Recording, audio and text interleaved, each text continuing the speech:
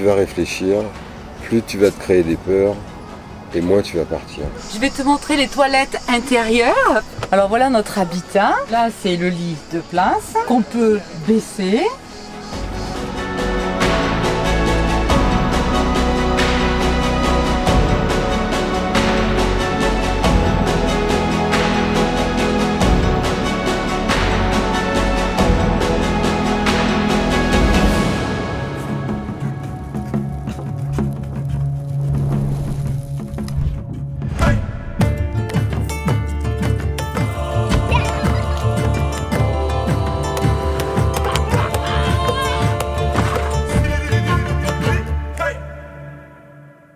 On a rejoint nos amis Eric, Joël et Tao de Toutoubouk qu'on avait déjà rencontré en Jordanie plusieurs fois. On a passé plusieurs jours ensemble et là nos routes se sont recroisées. Donc on bivouac ensemble, on a passé une bonne soirée hier soir. Je vais vous les présenter et montrer un peu leur véhicule et le voyage qu'ils ont fait parce que c'est quand même super intéressant aussi.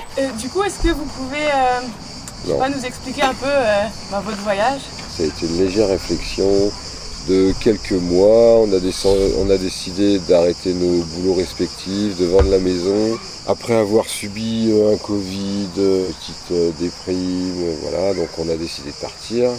Et vous aviez quoi comme véhicule du coup, si tu peux expliquer ça? Alors en fait notre cheminement c'est qu'au départ quand on a décidé de partir en voyage, on devait faire un sac à dos. Covid était arrivé, en regardant sur les réseaux sociaux, on a vu que ce qui s'en sortait le mieux, c'était les voyageurs avec un véhicule sur place. Donc on a dit, on va acheter un camping-car avec l'argent de la vente de la maison. Donc ce qu'on a fait, donc on s'est plongé dans le monde du camping-car.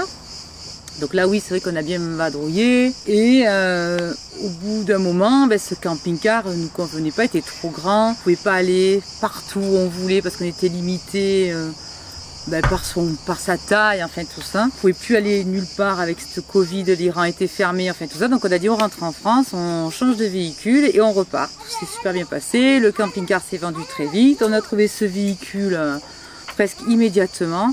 Donc on est resté 2 mois en France et on est reparti aussi sec quand l'Iran a ouvert ses frontières. Et donc là c'est quoi comme véhicule? C'est marqué dessus Marion. Donc là on a un Land Rover Defender 130 de 2012 avec une cellule. Tu peux même aller visiter. D'une entreprise française, voilà. Et donc en fait, après l'Iran, on a fait l'Irak, la Jordanie où on s'est rencontrés. Et vous nous conseillez d'aller en Irak? C'est tellement sécurisé, avec tout checkpoint, et puis ils prennent soin en fait des touristes parce qu'il ne faut pas qu'il nous arrive quoi que ce soit, que du coup on ne peut que se sentir en sécurité en traversant l'Irak finalement. Hein? Oui, et puis après avec tous les pays qu'on a traversés, pour moi le numéro 1 c'est l'Iran. Ouais, l'Iran c'était notre pays coup de cœur, un pays vous incroyable. penserez à nous quand vous y serez. Évidemment, on vous enverra des photos. Et du coup, donc Tao il a 13 ans, c'est ça? Vous faites comment pour l'école? Moi je lui apprends à faire le feu, à pêcher. L'école de la vie. Alors en fait il a les cours, mais qu'on n'en voit pas, parce qu'on a les cours du CNED, voilà. Plus plein de supports à droite à gauche. Mais pour les mathématiques, je lui conseille, je l'aide, j'aime bien les maths. Après l'anglais, il va le parler tous les jours. Donc ça je pense qu'il a une facilité par rapport peut-être au cours en France. Le français, il va lire, enfin tout ça. Donc non, ça se passe. Alors je dis pas que c'est facile. Hein. Donc le matin, avant de partir, il va travailler 2-3 heures. Intense, et puis après on va visiter ou après c'est quartier libre pour lui. Voilà. Tao, 13 ans, qui fait de ses dessins. T'as appris à dessiner pendant le voyage? Un peu avant, mais sinon oui en quelque sorte. C'est ta passion. Et tu t'ennuies pas autrement pendant le voyage, tout ça? Non, pas du tout. J'arrive à faire des choses qui m'intéressent, donc je m'ennuie pas trop, non. Allez, on va visiter la cellule. Oh merde.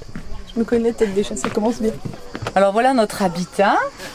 Donc là c'est le lit de place qu'on peut baisser. Voilà.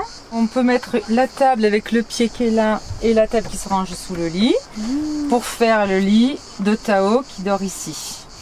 Voilà. Après c'est 3 places. 4 places. Ouais, 4 places, mais j'allais dire 3 places, je pense que c'est juste 3 places. Ou alors 2 enfants très jeunes. Ouais. Après, on a énormément de rangements. Donc là, c'est tout ce qui est nourriture. Après là aussi on a des rangements ici. Bon là c'est chaussures, toujours les trucs chaussures là le plus dur à ranger. Habits pour tous les 3. Là dans la douche. Donc ça c'est un système de douche. C'est la douche mais que j'ai rempli parce que un peu le linge sale, le sac de plage parce que là on est à côté de la mer donc du coup on va sortir vite les maillots, c'est la disposition. Les petites bières parce qu'on a passé 2 mois Iran-Irak, bon, on est content de boire un petit coup avec les amis. Et là aussi donc j'ai des systèmes de rangement où en fait il y a trousse toilette, voilà tout ce qui est disque dur d'Eric et Tao.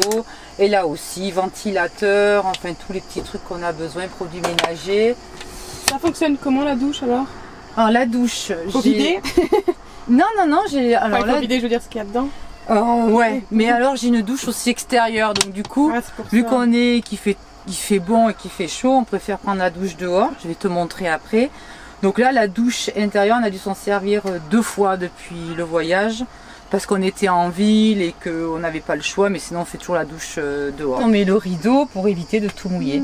Et je branche en fait mon tuyau de douche ici, et j'ai l'eau chaude, eau froide aussi. En luxe. Voilà. Et on a aussi le chauffage si jamais il fait trop froid, qu'on est dans un pays froid. Vous avez la clim? Non, pas de clim. Alors pas de clim dans la cellule. Bien, là, ouais, là toutes les fenêtres. Après, tu as même un système. Alors je te montrerai sur ce rideau là. Tu as un système donc où on a plastifié. C'est une fenêtre. Voilà, si jamais il pleut et qu'on veut la lumière du jour. Et après pour se fermer.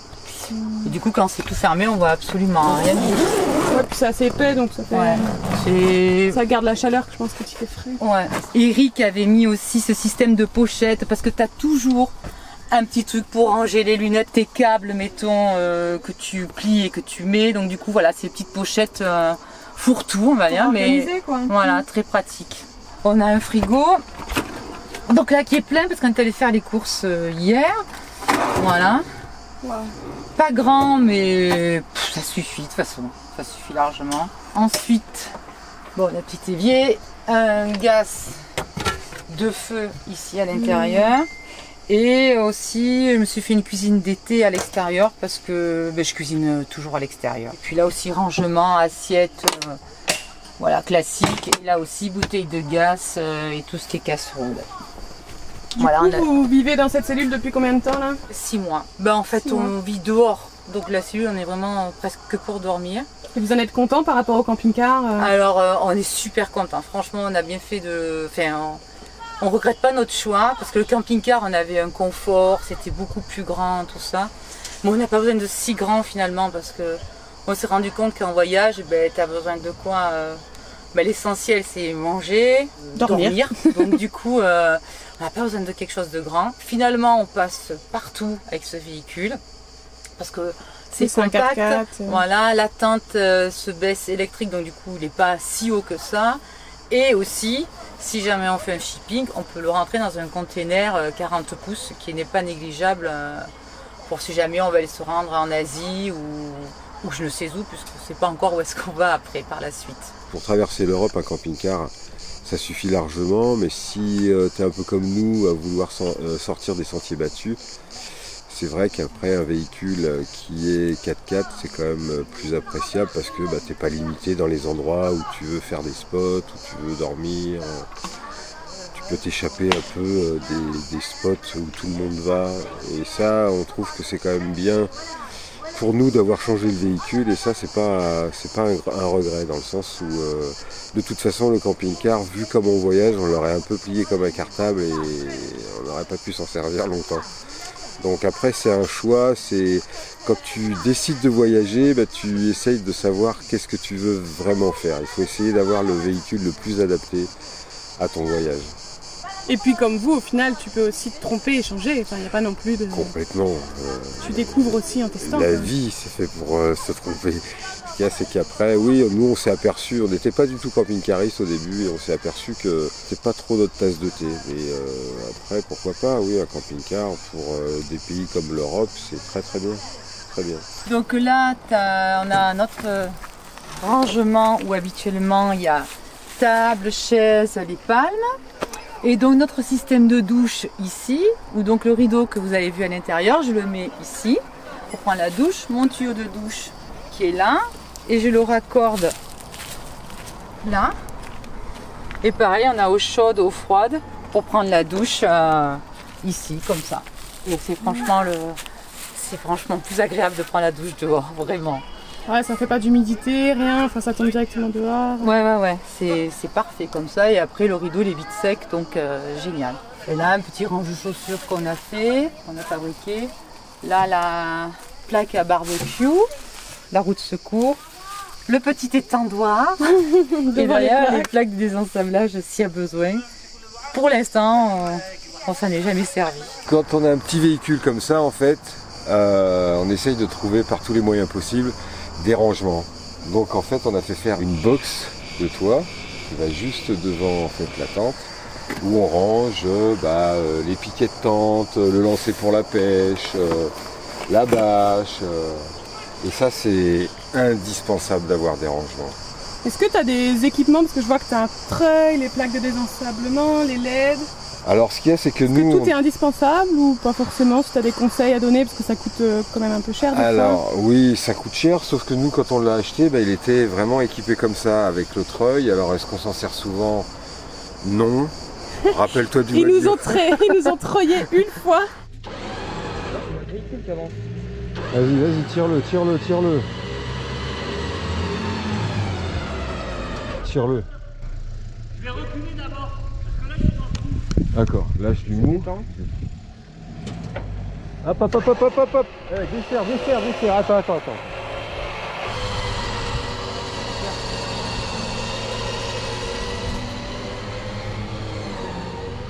Vas-y. Rappelle-toi du Wadi Rum en Jordanie, on s'en est servi une fois. Maintenant, est-ce que tout est indispensable? Je dirais non. Parce que tu en as qui vont te dire il faut un high lift pour monter le camion. Nous on l'a pas, on a juste un petit cric normal. Pour toi, quels seraient les équipements indispensables? Alors, indispensable, il n'y a rien d'indispensable. Je veux dire par là, tu essayes toujours de t'adapter ou de trouver des astuces. Mais regarde, les plaques de sable, on s'en est jamais servi. Il suffit de bien dégonfler, de regarder un peu les passages où tu peux aller. Donc, c'est ça, tu connais ton véhicule. Après, de toute façon, on va tous aux limites de notre véhicule. Voilà, donc, quel que soit le véhicule. De toute façon, un camping-car, tu vas aux limites. Exactement, de toute façon. Alors après, tu peux repousser ses limites.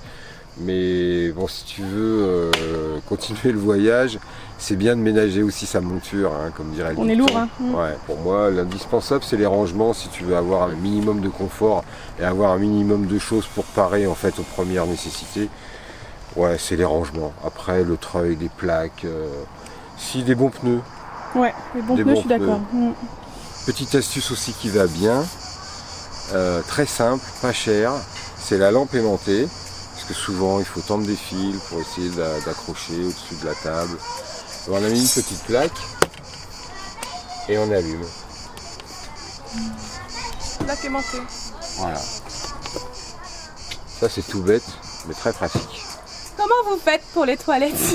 La question. Tu commences par ça, Marion. Alors, soit c'est dans la nature et on prend cette belle pelle. Pour faire un beau trou. Ou alors, quand c'est vraiment des envies pressantes, et on prend la petite pelle. Ah ouais, toi t'as deux pelles. Voilà. Au choix. Et après, tu fais un trou. Ça, c'est la première solution. Un peu plus roots, je l'admets. Mais sinon, Jo va te montrer... Nous, c'est la seule solution qu'on a. Ouais. Jo ça marche très bien. Jo va te montrer, en fait, la deuxième option qui est très bien pour quand tu es en ville. Mais en ville, au final, moi, je demande dans les garages. Ils ont tous des toilettes, en fait. Hein. Oui, c'est vrai. Quand on a un atelier au garage, je demande au garage, ils ont toujours un toilette, ou ils connaissent quelqu'un qui a le restaurant d'à côté qui a un toilette. Pas comme quand on fait en ville en France, t'as pas de toilette dans ta voiture. Donc la première option, pour moi, c'est la meilleure. Mais Jo va te montrer la deuxième option. Option toilette numéro 2. Je vais te montrer les toilettes intérieures. Donc voilà, c'est comme un petit sac à main. Et du coup, on déplie et ça nous fait des toilettes, surtout quand on est en ville. Voilà, on s'en sert que là. Et on met de la sciure pour animaux, ou sinon, ben, écoute, du sable aussi. Ah, de la laitière quoi. De la litière pour chat ou autre. Et sinon, Ça fait les toilettes sèches. voilà, c'est les toilettes sèches, donc tu fais ça dans un papier toilette, dans un papier poubelle, ou alors on met du sable quand tu ne trouves pas de... Mettons en Iran, t'as pas de truc de boutique pour animaux, donc du coup on prenait du sable pour avoir. Mais on s'en sert rarement, mais pour la ville c'est pratique. Voilà. Mais au final, si t'as un seau avec un sac plastique, ça va. Mais exactement, c'est parce que là il est très compact et du coup il tient pas de place. On a tous une bassine ou un seau. Voilà, et du coup ça tient pas de place et on l'avait pris sur Amazon. Voilà. Mais je me dis que moi, tu vois, je pourrais faire dans ma petite bassine finalement. J'avais jamais pensé. Oui. Ben, système de toilettes sèches, mais... J'ai jamais eu besoin, mais ouais. Mais... Il faut avoir la litière un petit peu. Quoi. Et pour moi, en tant que fille, des fois, c'est pas évident d'aller faire pipi comme ça. S'il y a du monde autour, tout ça. Donc on appelle ça le pisse debout, il me semble. Donc c'est un système comme ça et qu'on met pour faire pipi. Voilà. Debout, et tu fais ça dans une bouteille ou un bidon, enfin voilà. Et c'est très pratique, on va dire. Ça, c'est les petites astuces qui sont bien utiles. Est-ce que vous auriez un conseil à des personnes qui hésitent à se lancer, qui ont peur De voyager? Ouais. Ou de réaliser leurs rêves en général, mais oui, bon, on va parler de voyager. De voyager, c'est pas de trop réfléchir. Plus tu vas réfléchir, plus tu vas te créer des peurs, et moins tu vas partir. C'est vraiment de suivre, d'être intimement convaincu que c'est ça qu'il faut que tu vives en fait. Au lieu de rêver une vie, eh ben, faut la vivre. Moi je dirais le plus dur c'est de prendre la décision parce qu'on va toujours trouver une bonne raison pour pas partir. Et de prendre la décision, et en fait c'est tellement fantastique de voyager, de faire des rencontres. En plus, il y a une communauté de voyageurs qui est exceptionnelle. Même si on a un souci, il y a toujours un voyageur qui est pas loin. Et puis il y a les habitants qui sont là pour nous aider. Donc oui, ce que j'allais dire, c'est foncez, vivez votre rêve et pour avoir aucun regret plus tard, quoi. On profite en famille, on n'a pas le même stress qu'en France. On a le luxe de la liberté, de changer de jardin chaque jour ou quand on veut. Si un endroit ne nous plaît pas, on en repart. Et puis de rencontrer de nouvelles cultures, sur les religions. Enfin, c'est tellement enrichissant le voyage que je dis foncez, quoi.